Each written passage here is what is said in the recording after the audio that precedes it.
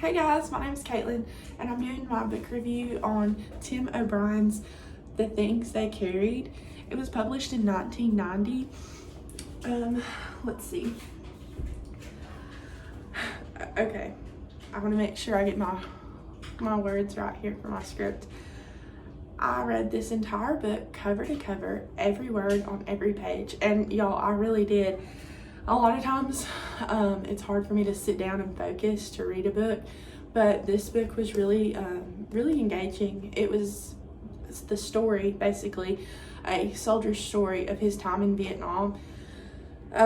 He's writing it in the 90s, so he was like 40 in the end. It kind of tells you, that he's 43, but it's writing from his perspective, like as a young man, like late teens, early 20s, and he was drafted into the Vietnam War, and it was not something that he was for. He was not in favor of that war, so it was a particularly interesting experience for him. But yeah, I would recommend this book. Like I said, it's from a soldier's perspective, so there are a lot of sad things, but there's also friendship and bravery and camaraderie, and humor. There's some funny parts in there too. I really liked the way that he told not just his story, but the stories that he also saw, like going on around him in his group, or that were told to him. And he makes a point at the beginning. He talks about the physical things that they carried, but really the book is about all the memories and the trauma, really, that they carried with them after the war because of the things that they saw and their friends that died. And it was there were some really sad parts to it. So if you're one that maybe doesn't do good with like really sad or dark stories, this maybe isn't the best book for you, because it is sad, but it was really interesting too. Like, I felt like I have a much better understanding of our U.S. troops in general and what they go through, but also Vietnam veterans, obviously. This is just Tim O'Brien's perspective, and it says that this is a work of fiction, but in the book it says that he says that all war stories are really, who can say if they're true or not. And it's not really about whether it's true, it's about that it could happen. You would just have to read it to really understand what he was trying to say there.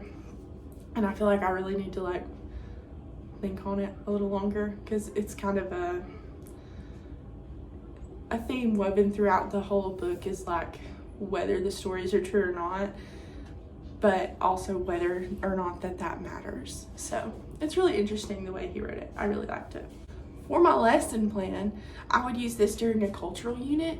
I feel like I could get a lot of cool Vietnamese recipes, different types of just parts of their culture. What do they like to do? What are their pastimes, hobbies, food? The geography is a big thing that he talks about in the book. He talks about the mountains and like the paddocks, I guess, that they were in, and just the weather, the rain and the rivers, and there was lots of mud and fog, lots of dense fog, especially in the mountains.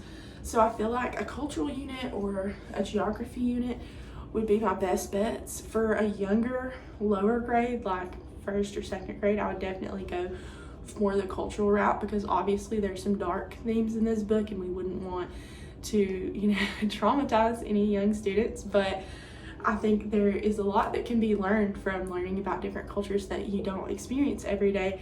And who knows, I may have a child who has Vietnamese background or Vietnamese culture in their family, and I could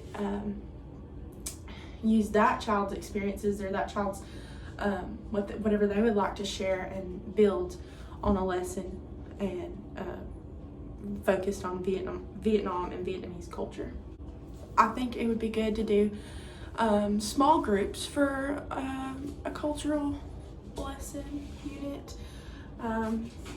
Small groups, and everybody could maybe have a different topic. One group could do food, one group could do geography, another group could do weather. And then we could have another group that does pastimes or fun things that people like to do in Vietnam. We could do Vietnam then and now for older grades. But as far as for like first or second grade, early elementary, I think sticking with just the cultural aspects would be really neat.